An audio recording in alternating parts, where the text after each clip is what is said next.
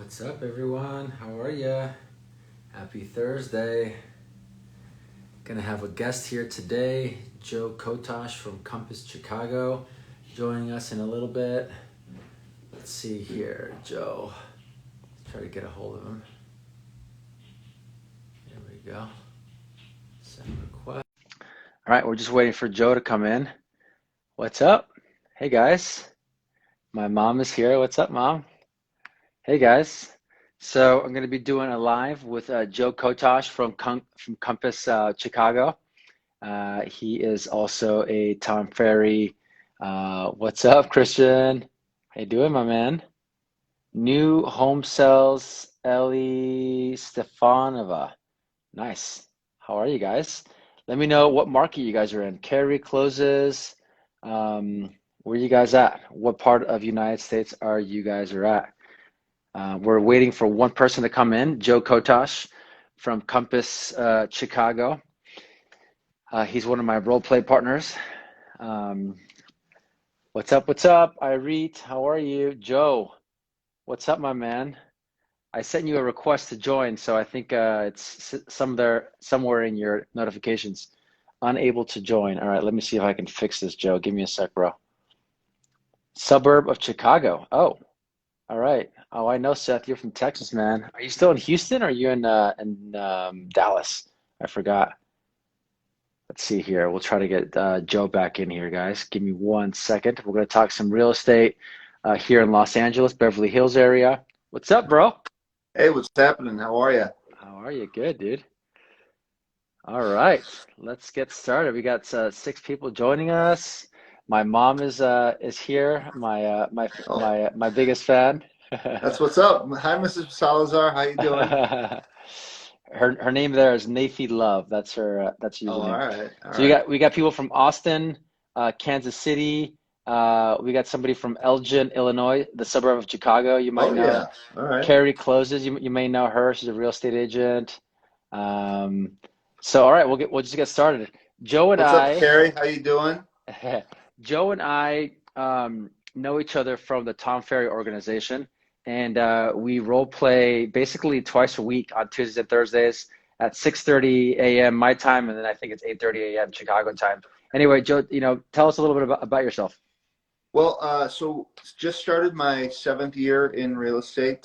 So in the previous 6 years, I've been kind of growing my team, really focusing in Chicago in terms of, the entire city, the surrounding areas, and selling all types of real estate from condos to single family homes to multi-unit buildings and investments in commercial property. So really kind of covering the whole gamut of things. And I think it makes for an interesting role play with you Yeah, on Tuesdays and Thursdays when we're for talking sure. because, it's any number of property we might be talking about.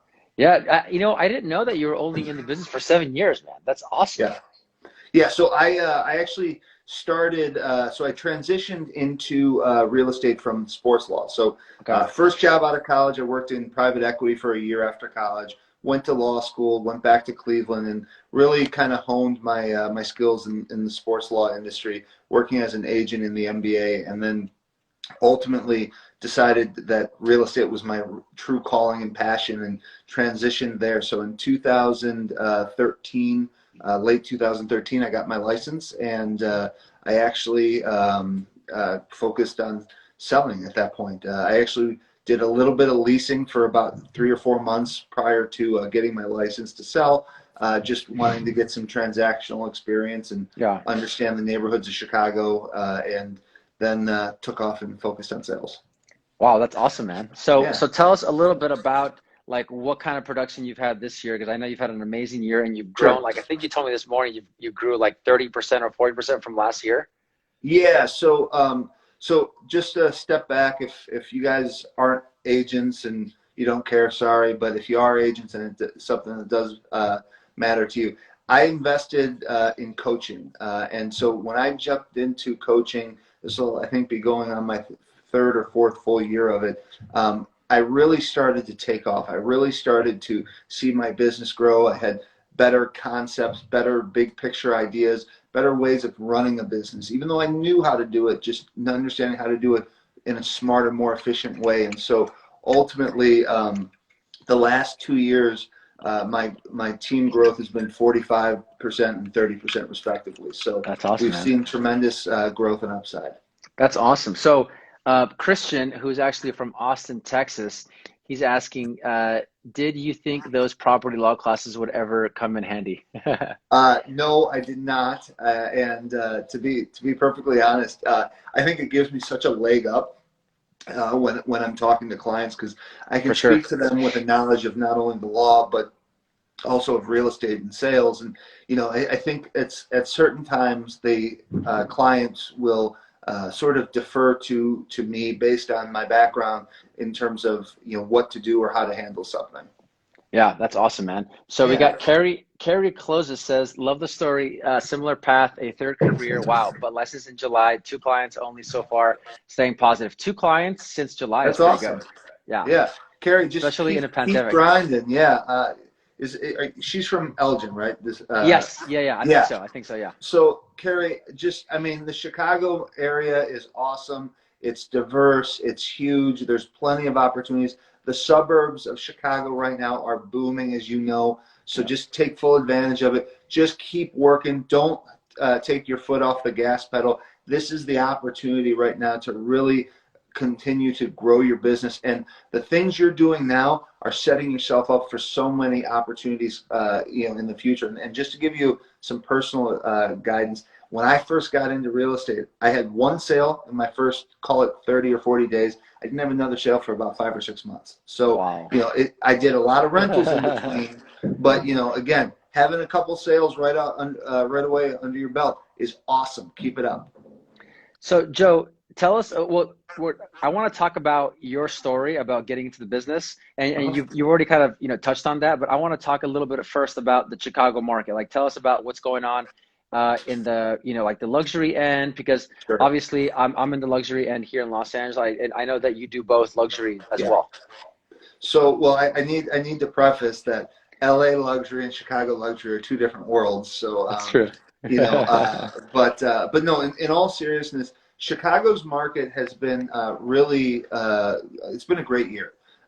If I would have said to myself in March, hey, you're going to increase your business 30% when we were at stay-at-home orders, not getting out, nobody was sure what was going on, I would have been like, yeah, sign me up. That sounds unbelievable. And we surpassed our production for 2019 in August. So the Wow, market that's had amazing. this unbelievable pent up demand, Paul, where basically we had a strong start to the year, January and February, because of low interest rates. Hmm. Because rates, they tipped, I think they went up a tick if I recall, and that really scared a lot of people into buying.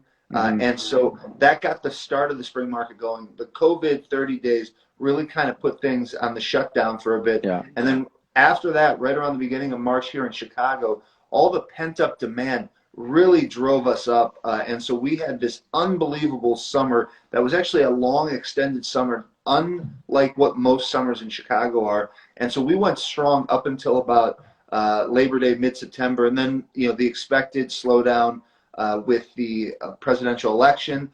Yeah. And so we've also seen in the last 2 weeks or so a significant uptick in activity, offers, contracts, Good. with things going on. So our market has been very strong, kind of in the macro version, but in the more micro version, the Chicago market has been a little bit a tale of two stories. So Hmm. the suburbs really have been hot and on fire. This is record times in Chicago's suburban market, because what's happening is when we saw all those demonstrations and everything going on for social justice, a lot of people became very concerned about being in downtown and Yeah. not having to be in the city and have to work in the loop. People started realizing, hey, we want to move to the suburbs, or we were going to move to the suburbs in 5 years when our kids needed schools, but why don't we go now and get out of all this? So to me, what I saw has been a real drive that's pushed the suburban market up. The city market, particularly one bedroom, smaller condos, and high rises, have really suffered in the last 3-4 months as people have been a little more leery about COVID, they want more space, they want outdoor space, they want dedicated work areas. So Yeah. that's been the case there. And then at the price point level, the Chicago luxury market's technically considered $1 million and above, but there's been a soft market between $1 million to about $2 million, but Hmm. we've seen above 2 million, 2.5, $3 million properties moving like very motivated buyers out there looking at those price points, which has been great. Certain areas that support those 1.2 to 1.4 million homes, like in an area like Bucktown in Chicago, have been moving really well also. So it's been a good time, but then there have been areas that have also taken it a little bit on the chin. I mean, I'm For sure sure. it's no different in LA for you, right? Yeah, I mean it's very similar. It's like COVID really shifted the way, real estate, is selling right now, because like if you're a parent and you have a kid and you're in a condo and your kid was going to school and you're dropping them off, you're going to work, you're coming back, condo living was fine. Yeah, Now a condo living is not okay. You're working from home, you have a kid in there, like you need your space, right? So the yeah, condo market is extremely soft right now throughout all of LA.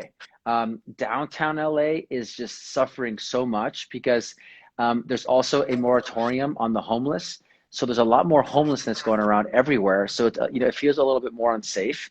yeah, So the downtown LA market is really, really soft right now, super, super soft. So the condo market is soft overall. The single family market has been on fire. It's incredible. Like, properties going into multiple offers. Prices have I think have increased in the last 12 months in the 1 to 3 price range, like I think like 8 or 9%. It's insane. The median price has increased that much in that price range. In the 5 to 10, it's also increased, but in the 10 million plus, which is like the ultra luxury here in Los Angeles, has actually gone down 10%. The median price. So we're kind of seeing a lot of different things going on. There's still a lot of sales overall, even in the ultra luxury, but just not as many. And the median price has gone down. But I mean, it's still a great market. I mean, it's still, even though the condo market is soft, it's still a seller's market in the condo market. It's just not as hot as the single family market. sure. Are you Um, finding that the interest rates are really pushing buyers in your market right now? I mean, if you're a buyer right now and you've been waiting for, a year or two, waiting for the market to come down, and you've seen the rates come down from, like, I think they were like at 4% or like 4.5 like a year and a Yeah, half ago, right? And they're now at like 2.5, 2.8. They're like, that's the deal right now. I'm telling all my buyers, the deal isn't in the price. The deal is in the interest rates, yeah, because your buying power is so much more now. absolutely. So, Yeah, I've had two clients right now that had just bought recently this year that got an interest only, a 10-year interest only. It's a 30-year mortgage. The first 10 years is interest only. It's fixed throughout the entire 30-year term, and the rate is at 2.375. that's wild. I mean, it's Insane. amazing. Yeah, Yeah, insane. and I Insane. got to tell you, it's what I surprisingly, I think we all were kind of waiting for the market to potentially sort of, move down a little bit, sort of come back a little bit.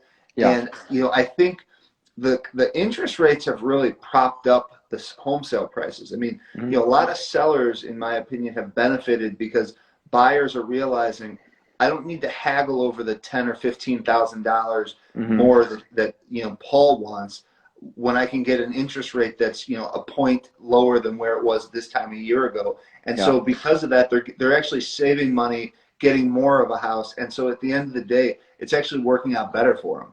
Yeah, for sure. No, 100%. So yes, no. So the market here is great. I mean, it's great. Again, the condo market is a little funky. It's a little soft, Yeah, but the overall market is really, really good. I want to talk about your story. So I didn't know that you were only doing real estate for 7 years, and you're already yeah, doing a ton of business. You have a team. You have two agents, I believe. You have admin.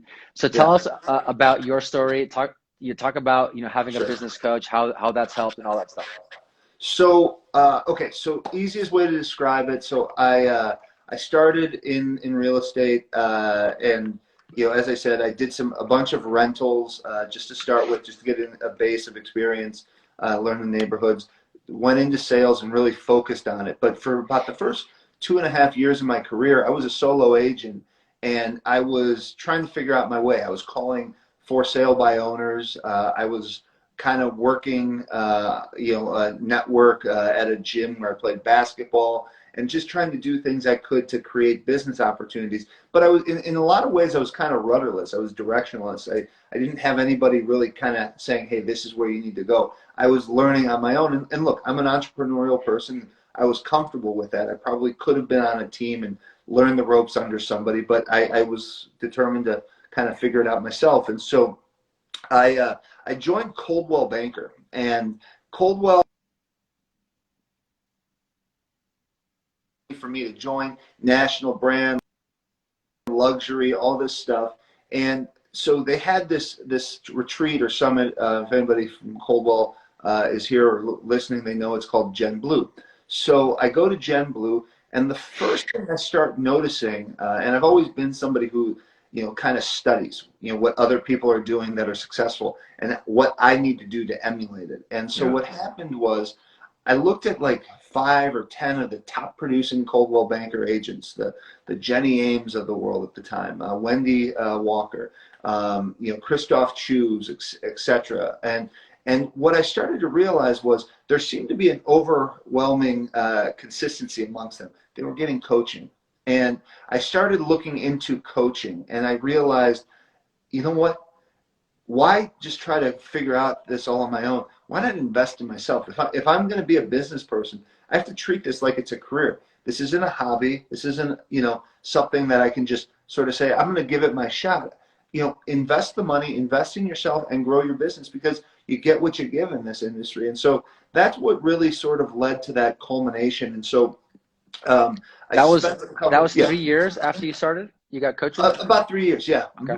And I think that would have been in approximately like 2016 or so. Okay. End of 2016. So I spent about 2 or 3 months, end of the year, looking into coaching. And ultimately, I settled on Tom Ferry. So big believer in Tom Ferry, love Tom, and I got set up with an unbelievable coach, Jeff Mays, who's one of, I call him the Four Horsemen. He leads, a lot of the sales edge, for Tom, and so I really, yeah, and so I really, I bought into it. I said, look, I'm not going to spend this kind of money on coaching and not take it, right? I'm spending the money, I might as well take it. And who am I to say no when these people are telling me, hey, look, do this. I've got 20 clients, and all these people are succeeding. They're where you want to be. So I started doing it, and it took a little bit of time to kind of pick where to start, what to do, and really give it the chance to let the seeds kind of grow, and then ultimately in full bloom, here I am. And so that's kind of how it all worked out for me. But yeah, what's my what's the story. one thing about coaching that has really transformed your business? I mean, obviously like the whole Sure. trial and error thing is obviously is important, because otherwise, you might have gotten to this point, but it might have taken you an extra 3 or 4 years, right? But instead, Yeah. you took coaching, you invested in yourself, and now your growth is so much faster. But what are Yeah. the small things that you're like, this is like a no-brainer, this really helped my business? So I think, I mean, in the smaller stuff, I'd say the first thing that Jeff and Tom really focused on was, again, the approach, understanding the discipline, the consistency. Whether or not you call canceled or expireds or FISBOs, or you work your database, or whatever the case is, you've got to be consistent about it. And I think the consistency for me was one of the first things that I realized I wasn't consistent enough. I was, okay, I'll wake up, I'll kind of do what I want to do, maybe go play some basketball, and then, get to it. For And sure. I realized, I'm not going to succeed that way. And so I started having to treat my day like a work day. Yes, we realtors have unbelievable schedules. We can make it as we go, but in the reality, we have to treat it like it's an actual work day. You have to accomplish your goals. Second, and I think more specific, Jeff made a point of saying, look, target expired and canceled listings. Mhm. They're low hanging fruit. They're ready to go. They've already been on the market. And for me, I think one of my natural skill sets is I can talk to people. And if Oh yeah, for understanding, sure.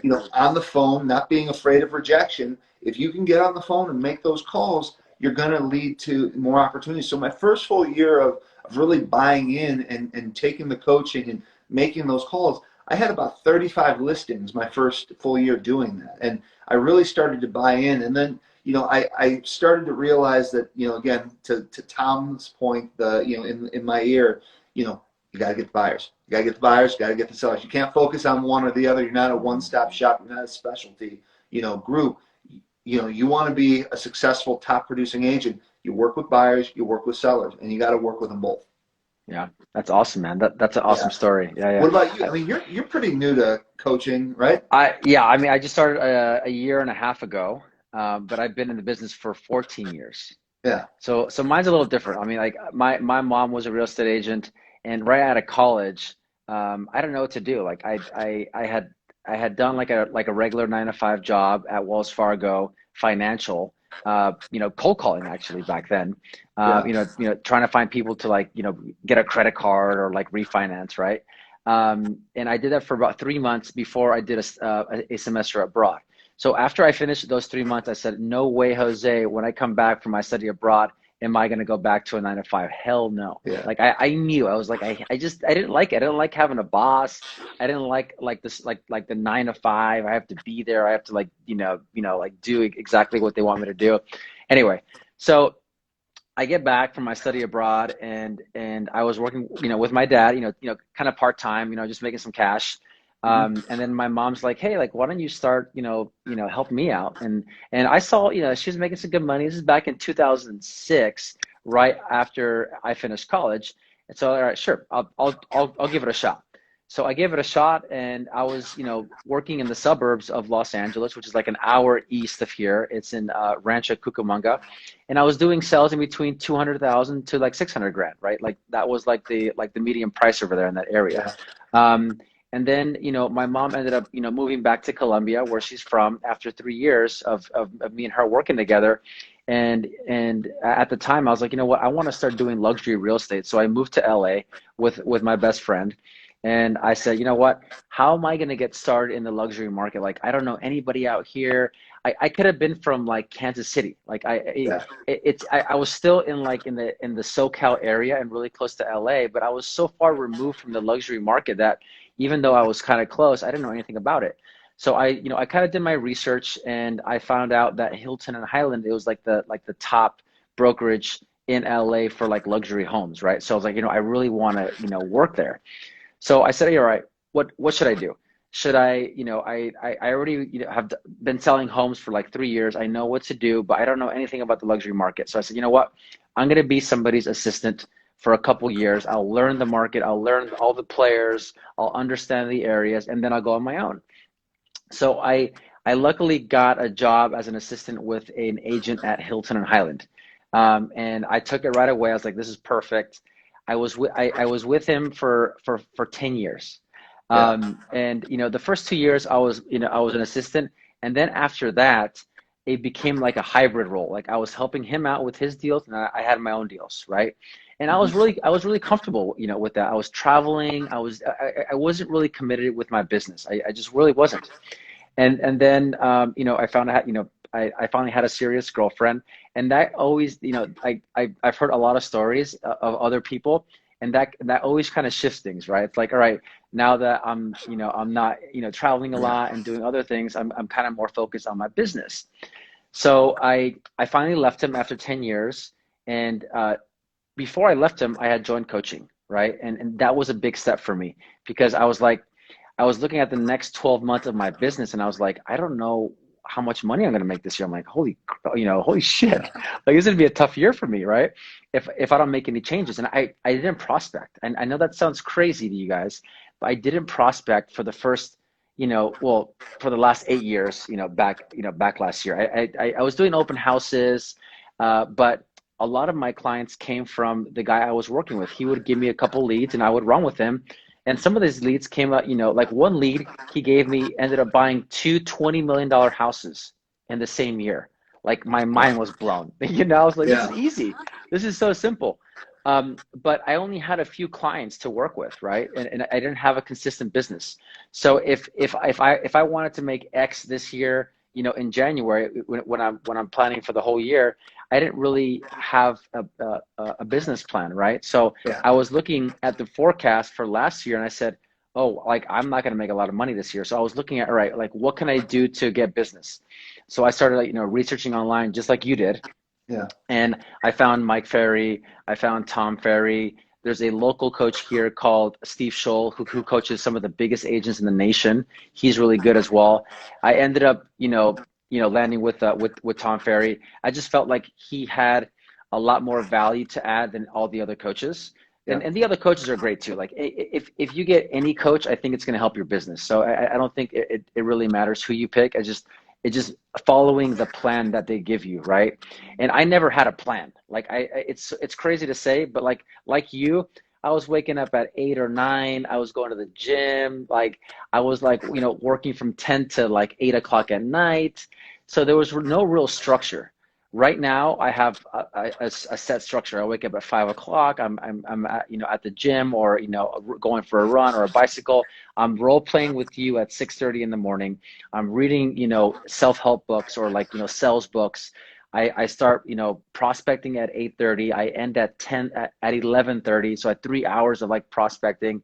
So my days are completely different. So I think for me, coaching has helped me run my business as a business. Like Yeah. it's a real business now. It's not a fly by night kind of thing where it's like, hopefully this guy buys this year because if not, then I don't have a buyer. Yeah. So the structure has really, really been important for me. Like now I have like in my wall, I can see exactly what I have listed, what I have closed, all the buyers, what my goals are every year, how many contacts I have. And like you, I have, me and you have the same coach, Jeff Mays.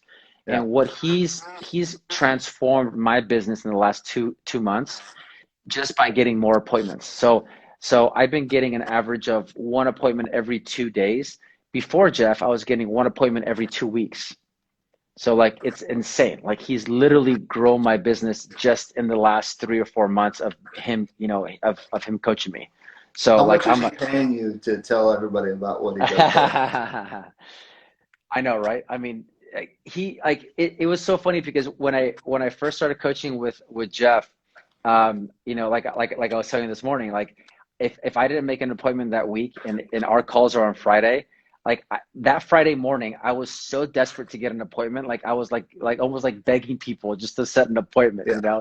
because if I had to get on a phone call with him and tell him that I didn't book an appointment all week, I felt so like embarrassed about it. Yeah. So they hold you accountable, right? So that's another great reason, to have a business coach, because they hold you accountable to your business. Paul, I'll add one thing to Yeah. that. It's they don't only hold you accountable. I think they give you some unbelievable ideas that have been, sort of tested and have been Yeah. proven to succeed. I mean, so case in point, like having a role play partner, having a colleague, across the country like you and I, where we Hmm. can help hold each other accountable Yeah. I mean, anybody can do that.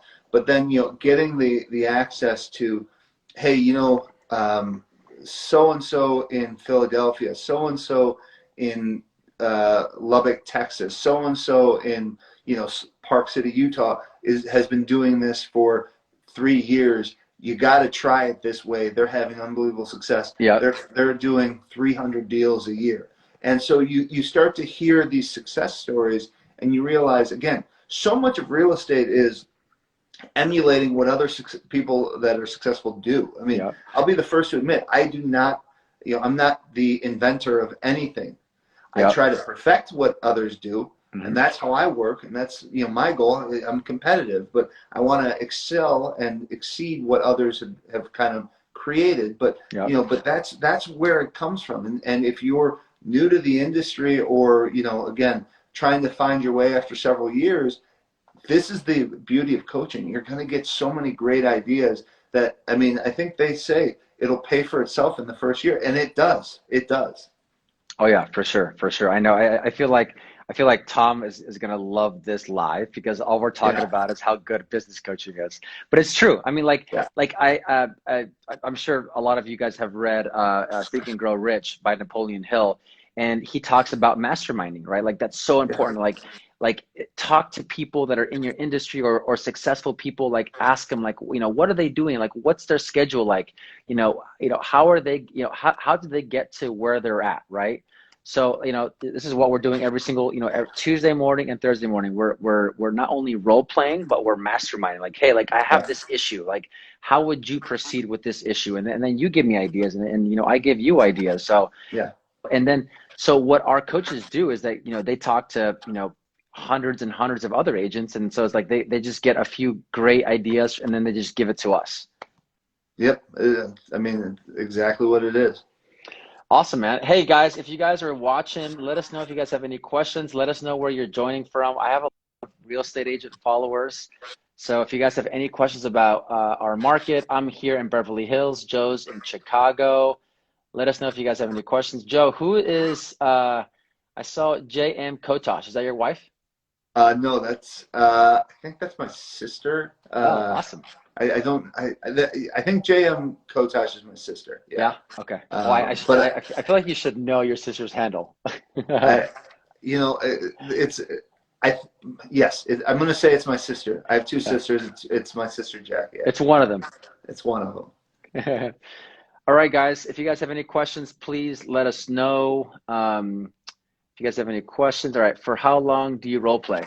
So I role play 30 minutes a day, every single day, Monday through Friday. Joe and I do it half an hour on Tuesdays and Thursdays. Joe, do you have any other role play partners?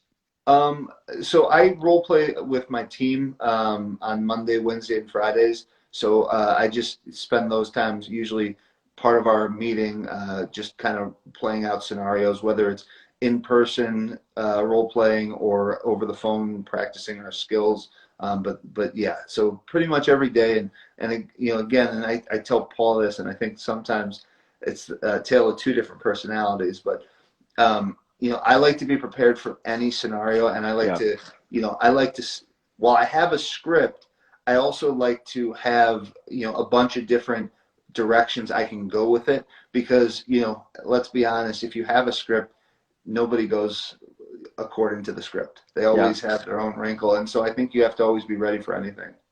It's like anything, right? It's like you look at the pro athletes, right? Or anybody who's like a Yeah. pro at anything. They're practicing their game, right? Yep. And it's crazy to think that most real estate agents do not, I mean, 99% of them do not practice scripts or do not practice, how to talk to clients about price reductions, Yep. about, offers, or, I mean, there's so many different scenarios that happen in any given transaction. And it's super important just to practice talking to your clients because if you don't know how to talk to them, they're not going to trust you. And if they don't trust you, then they're not going to do what you want to do, right? Absolutely. Um, Let me know if you guys have any other questions. We've been here for about 35 minutes. Joe, any other comments?